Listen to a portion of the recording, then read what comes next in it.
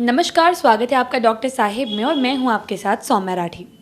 Doctor साहब के आज के एपिसोड में हम ये जानने और समझने की कोशिश करने वाले हैं कि कई दफ़ा ऐसा क्यों होता है कि पेट काफ़ी ज़्यादा भारी लगने लगता है। कॉन्स्टिपेशन ना होते हुए भी ऐसा लगता है कि पेट में गैस की वजह से बहुत समस्या हो रही है, ना खाने की इच्छा करती है और खाने पीने पर भी इससे बहुत ज़्यादा प्रभाव पड़ता है। और ये क्या है, सारी चीज़ें समझाने के लिए इस वक्त हमारे साथ बैठे हैं डॉक्टर राजीव रंजन, जो कि बिहार के सबसे जाने माने फिजिशियंस में से एक हैं। डॉक्टर साहब को कई दफ़ा हमारे चैनल पर पहले भी देख चुके हैं। नमस्कार सर, बहुत बहुत स्वागत है आपका। धन्यवाद सौम्या जी। डॉक्टर साहब, कई बार ऐसा होता है कि बिना कॉन्स्टिपेशन के भी पेट बहुत भारी लगता है कि गैस की वजह से पेट में समस्या हो रही है, पेट में गैस भरी हुई है। तो ये क्या है, ये क्यों होता है? सौम्या जी, एक तो आप इसको नॉन स्पेसिफिक से लेकर के स्पेसिफिक तरफ जाएंगे।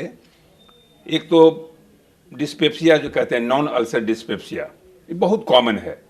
तो डिस्पेप्टिक सिम्टम्स में आपका पेट का फूलना, ब्लोटिंग का होना और बराबर मन असहज रहना, कुछ जब भी थोड़ा सा खाया पेट फूल गया, ये कॉमन समस्या आजकल हो गई है लोगों में। तो इसके कई कारण होते हैं।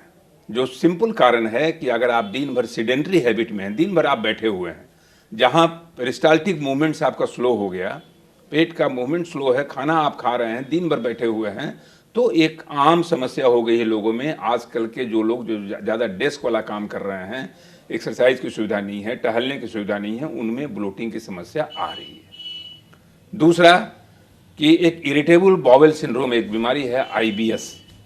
इरिटेबल बॉवेल सिंड्रोम में भी ब्लोटिंग कॉमन होता है। आदमी हमेशा लगता है कि पेट भरा भरा हुआ है, उसमें तो नॉन स्पेसिफिक इतने सिम्टम्स होते हैं, भूख भी कम लग रही है लेकिन वजन नहीं कम रहा है, लेकिन बार बार जब भी आप खाने की इच्छा हो रही है, खाना खा रहे हैं, पेट फूल जा रहा है।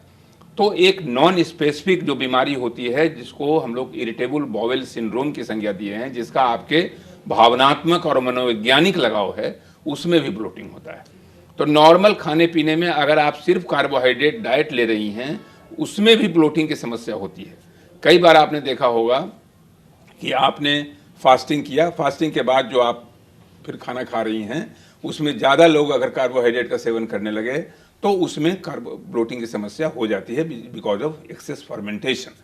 तो ये ब्लोटिंग बड़ा नॉन स्पेसिफिक टर्म है, गैस वाला नॉन स्पेसिफिक। कभी कभी साइकोलॉजिकल इस तरह से बीमारी होती है कि आदमी को एक दिमाग में एहसास होने लगता है कि पाचन क्रिया ठीक नहीं हुई, हमारा पेट फूला फूला सा लग रहा है, वो परेशान रहता है, जांच पर जांच करा रहा है, दवाई पे दवाई खा रहा है और अंत में स्थिति यथावत बनी रहती है। तो उसको थोड़ी सी काउंसलिंग और मेंटल काउंसलिंग की जरूरत पड़ती है।